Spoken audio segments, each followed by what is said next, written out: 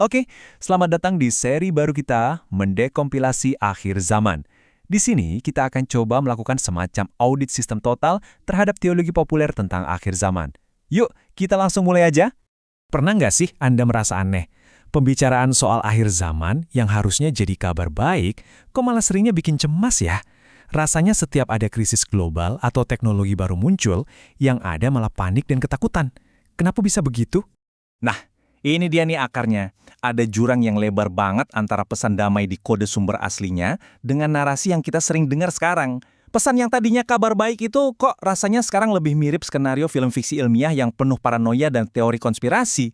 Di analisis pembuka ini, kita sebut saja modul 0 atau prolog, kita akan meletakkan dasar untuk seluruh seri ini. Kita akan bahas, pertama, kenapa iman bisa terasa seperti ransomware. Kedua, bahaya dari apa yang kita sebut kode spaghetti teologis. Ketiga, apa misi kita? Keempat, peta jalannya seperti apa? Dan terakhir, tujuan akhirnya apa sih? Yaitu membangun iman yang lebih kokoh. Oke, kita mulai dari yang pertama. Gimana ceritanya sebuah pesan pengharapan bisa berubah jadi sesuatu yang justru terasa seperti ancaman? Sumber kami memberikan analogi IT yang kena banget. Iman kita seolah jadi ransomware. Anda tahu kan, ransomware itu software jahat yang mengunci data Anda dan minta tebusan? Nah, narasi ketakutan ini bekerja dengan cara yang sama. Kita seolah disandra, dibuat lumpuh oleh rasa takut, sambil terus-menerus menunggu krisis berikutnya datang. Terus pertanyaannya, kok bisa sistemnya jadi sekacau ini?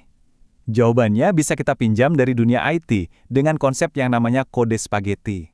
Jadi, di dunia teknologi, kode spaghetti itu istilah buat program yang saking seringnya ditambal sulam oleh banyak orang, dari generasi ke generasi, alurnya jadi rumit dan berantakan kayak spaghetti di mangkok. Maksud asli dari arsitek pertamanya jadi hilang dan sulit dilacak. Nah, konsep ini pas banget untuk menggambarkan apa yang terjadi pada teologi akhir zaman. Ini seperti sistem warisan yang selama berabad-abad terus-menerus mendapat tambalan. Mulai dari terjemahan yang menambah lapisan makna baru, puisi epik yang mendramatisir, sistem teologi baru, sampai akhirnya novel fiksi dan film Hollywood. Semua ini menumpuk di atas kode aslinya.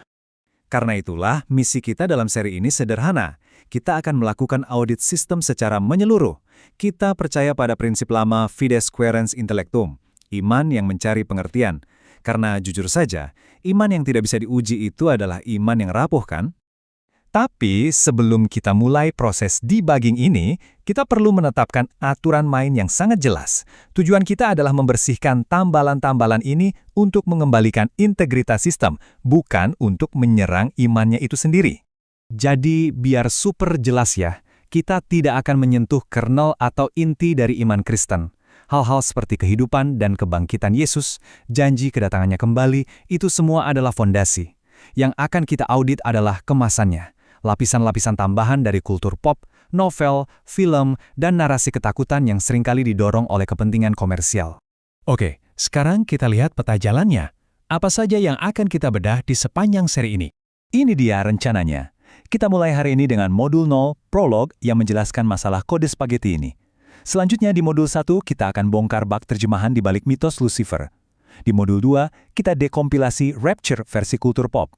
Modul 3, kita bedah variabel antikristus.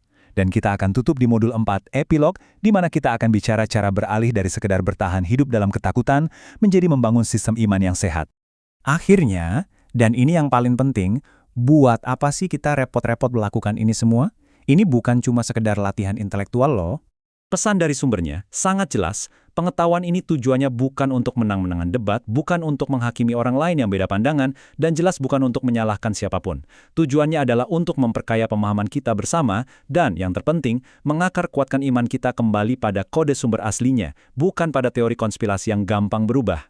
Intinya, apa yang ingin kita capai adalah sebuah iman yang kokoh, yang berakar kuat pada sumbernya, bukan iman yang gampang goyah, hanya karena desas-desus atau rumor yang sedang tren. Jadi, audit sistem ini resmi dimulai. Apakah Anda siap untuk ikut dalam proses rollback atau pemulihan sistem ini kembali ke fondasi abad pertamanya? Bergabunglah dengan kami di analisis berikutnya saat kita menangani bug pertama dalam sistem mitos di balik nama Lucifer.